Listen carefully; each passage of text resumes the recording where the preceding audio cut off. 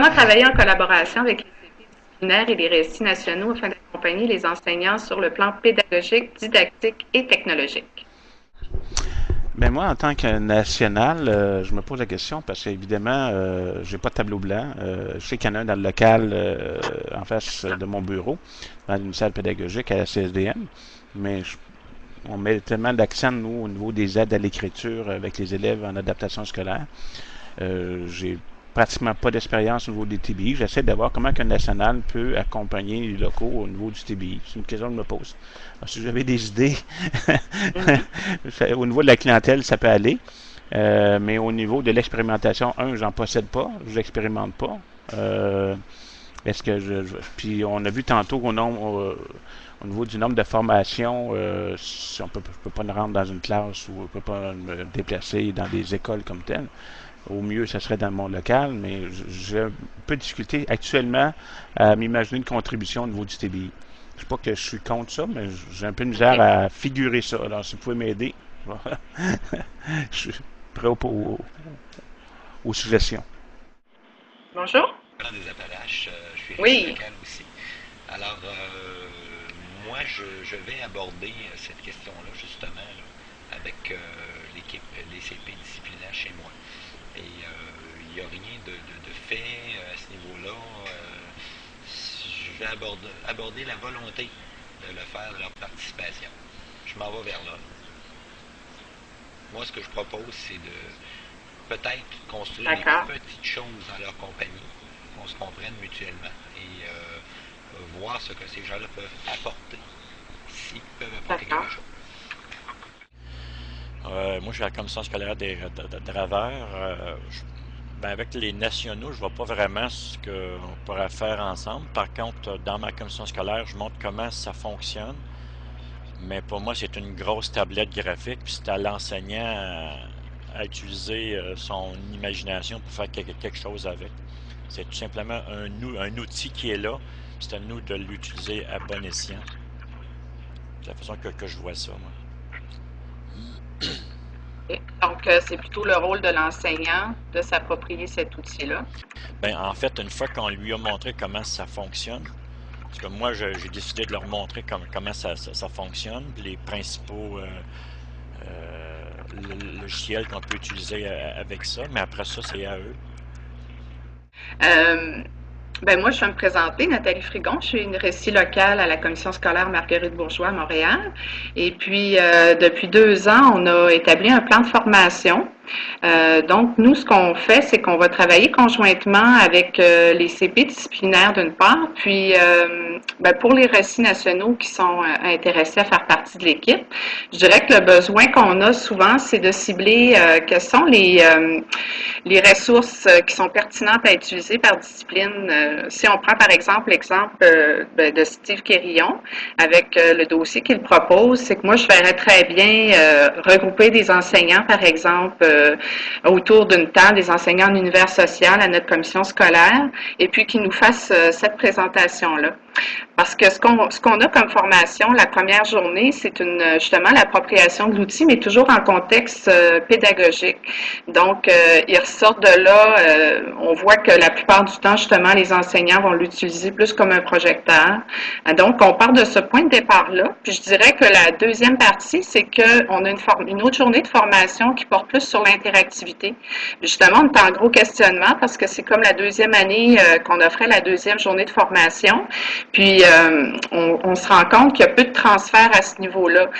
Quand on constate nos enseignants en classe, ils vont l'utiliser pas juste comme un projecteur. Ce qu'on voit, c'est qu'ils vont faire participer les élèves, vont les rendre actifs et tout. Ils vont avoir accès à des ressources. Mais on se bute encore avec l'idée que tout doit être préparé d'avance. Donc, nous, ce qu'on constate, c'est que le contenu est très fermé. Et leur style d'enseignement, c'est qu'ils vont poser des questions fermées aussi qui ne vont pas favoriser la réflexion des élèves. Donc, on s'intéresse davantage sur le questionnement pédagogique de l'enseignant. Puis, parallèlement à ça, c'est qu'à notre commission scolaire, on travaille beaucoup les formules pédagogiques pour décentraliser l'enseignement puis favoriser l'intégration des technologies en classe pour que les élèves aient soit un ordinateur ou une tablette numérique, qui travaillent par atelier, ainsi de suite. Parce que ce qu'on se rend compte, c'est que les enseignants enseignants qui étaient dans un modèle très magistral, c'est que leur façon de planifier, c'était de dire, ben, on va faire telle page, puis là, on le corrige au tableau. Mais quand on arrive, on propose d'autres formules pédagogiques, par exemple avec les 5 au quotidien, c'est une formule qui justement fonctionne par atelier. Ben là, l'enseignant va plus décentraliser son enseignement, puis là, il va plus faire de l'encadrement. Donc, il va utiliser le tableau, parfois pour faire de l'évaluation, de la gestion de classe, un suivi de ses élèves. J'ai l'exemple d'une enseignante hier qui travaillait en robotique avec ses élèves, par exemple. Puis là, quand il y avait à montrer le parcours, les élèves faisaient un va-et-vient entre la classe et le tableau blanc interactif. Fait que ponctuellement, on se sert du tableau justement pour faire une mise en commun, pour expliquer quelque chose. Mais ce que je trouve qui est le gros point de passage, c'est qu'il faut que l'enseignant oublie que c'est lui l'expert, c'est pas lui qui est l'expert en toute situation. Je pense que parfois, c'est plutôt l'élève qui va devenir l'expert puis qui va prendre en charge l'explication de quelque chose. Je dirais que c'est là qu'on se bute, parce que quand on va ajouter à nos formations, je vous ai parlé de la formation plus technologique au début, on va plus vers la pédagogie de l'interactivité à la deuxième journée. Puis la troisième journée, on parle d'aucune fonctionnalité, là, c'est beaucoup plus le partage puis la critique de ce qu'ils font justement en classe. À ça, on ajoute du développement de contenu, des sessions de développement de contenu où on va échanger. Puis moi, j'ai questionné, c'est sûr qu'on a maintenant formé des centaines d'enseignants, puis ce que je constate beaucoup, c'est qu'ils ont besoin, quand ils n'arrêtent pas de nous dire à quel point ils ont besoin d'idées. Puis moi, ça m'étonne toujours, parce que je me dis comment ça qu'on a encore besoin d'idées et tout ça. C'est parce qu'ils ont besoin de savoir comment faire autrement. Ça fait que dans le fond, moi, c'est là que je trouve que la part des récits nationaux peut être très intéressante. C'est que moi, je suis pas spécialiste dans les disciplines. Moi, j'étais enseignante au primaire. Alors, quand on me parle d'univers social au secondaire ou de mathématiques ou en adaptation scolaire, je me sens vraiment prise au dépourvu. Fait que c'est là que je verrais la collaboration. On va créer des communautés aussi, des communautés disciplinaires, où est-ce qu'on va faire le partage d'idées puis le partage de ressources. Puis c'est là que je vois qu'il peut arriver plus un changement que juste nos formations là, qu'on donne nous-mêmes. En fait, ce que j'ai oublié de dire, c'est qu'une fois que la formation plus technique a été offerte, j'offre ce qu'on appelle des ateliers libres. Et les enseignants viennent s'asseoir dans une salle. Ils peuvent être une dizaine, puis dépendamment, mettons qu'il y en a qui veulent travailler sur le tableau blanc, ils se regroupent 3-4 ensemble, et c'est là qu'ils développent des choses intéressantes, et même ils vont échanger des projets entre les différentes écoles. Fait que ça, c'est le bout pour moi qui était le plus gagnant, si vous voulez. Ah, ben c'est intéressant. Donc, il y a les formations, puis est-ce que vous trouvez que l'avantage est davantage didactique que pédagogique, ou un peu des deux? Ben, dans l'atelier libre, là, c'était pédagogique. Parce que les gens avaient, lorsqu'ils viennent à cet atelier-là, ça peut être, comme je vous disais, une dizaine de personnes. Les besoins ne sont pas tous les mêmes. Il y en a qui veulent travailler des petites fonctions dans Word. Fait que finalement, on va juste répondre aux petits points techniques qui sont pointus. Puis après ça, ben, eux vont développer leur activité. C'est très intéressant. C'est comme un peu des sessions de développement de contenu, mais parce que ce que je remarque, là, ce que justement les fournisseurs comme Smart vont faire, c'est qu'ils vont rentrer dans un canevas qui est fermé. Tu sais, c'est des activités, des modèles d'activités très structurés, puis tu sais, on revient à l'exerciceur si on passe par ce modèle-là, tandis que si on y va plus avec des activités libres, partir plus de la page blanche, je pense qu'on risque davantage de les amener un peu plus loin. Ce que les CP disciplinaires me disent aussi, c'est que pour eux, ça devient un moyen de partage et d'échange. Tu sais, quand ils veulent proposer une démarche aux enseignants, une démarche de métacognition, tu sais, que l'enseignant réfléchisse sur sa propre démarche, bien, c'est facile d'intégrer des genres de petites cartes qu'on glisse là, dans l'interface. Et puis, l'enseignant peut arriver avec un questionnement aussi enseigné directement. Je trouve que c'est comme un moyen d'échanger aussi entre les CP disciplinaires puis les enseignants qui vont donner une formation, qui vont proposer une activité à leurs élèves. Moi, ce que je trouve, là, c'est vraiment c'est d'habiliter les enseignants à questionner leurs élèves. C'est vraiment là qu'on peut, je pense, travailler au niveau de la formation pédagogique. Avez-vous cette impression-là que les enseignants, ils posent des questions fermées souvent, puis ils ne laissent pas les élèves réfléchir par eux-mêmes?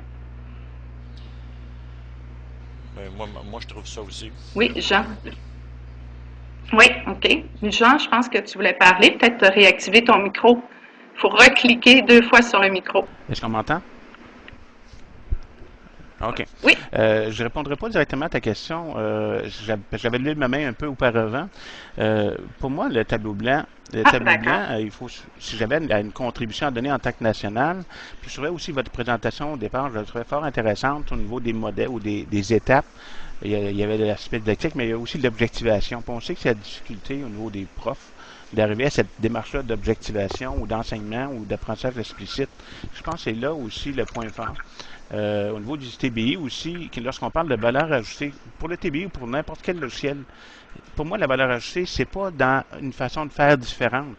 C'est quel est le gain significatif que l'application nous apporte avec la pédagogie que d'autres moyens ne nous apportent pas. Faut qu'il y ait quand une valeur ajoutée, c'est un comparatif. Il faut qu'il y ait un gain significatif qui est nouveau par rapport aux autres moyens que j'utilisais, aux autres approches que j'utilisais. Et c'est à nous de découvrir ce gain significatif-là. Alors, c'est pas parce qu'on fait une chose différente au TBI. Et puis pour ça, avec l'adaptation scolaire, je pense qu'il est intéressant, c'est regarder en quoi, pour les élèves en adaptation scolaire, il y a un gain significatif par rapport aux autres moyens qui échouent pour eux, qui ne sont pas appropriés pour eux. Donc, ça permet à mes élèves d'être plus explicites. Ça permet, par exemple, le tableau blanc dans l'enseignement, d'aller chercher mes élèves qui sont plus visuels, qui sont plus simultanés avec un idéateur. Mais ça, on remarque qu'on pourrait le faire avec le tableau blanc. Mais si en même temps, on rajoute une dimension interactive parce qu'il y en a qui sont kinesthésiques, alors qu'autrement, ils ne feraient pas ces activités-là, là, j'ai un gain significatif. Moi, ce serait toujours ma recherche, je vais me pencher sur le TBI, d'essayer de regarder vraiment ce gain-là, qui fait en sorte qu'on va un peu plus loin dans l'apprentissage qu'on l'aurait fait avec d'autres moyens. C'est un peu ma réflexion. Alors, les enseignants, je les amènerai à réfléchir sur cet aspect-là surtout. Évidemment, puis pas pour l'approche fermée, ça c'est sûr, parce que l'approche fermée, c'est oui ou non. Alors que je trouve que l'explicite, ça nous permet de travailler sur l'aspect métacognitif aussi, lorsqu'on pose une question, puis on permet aux jeunes d'exprimer sa pensée, puis aussi la mettre en pratique au tableau. Mais là, on peut interagir simplement plus métacognitif. Mais je reste toujours ce souci-là d'amener, essayer de trouver une approche, d'ajouter la métacognition en gain avec le TBI.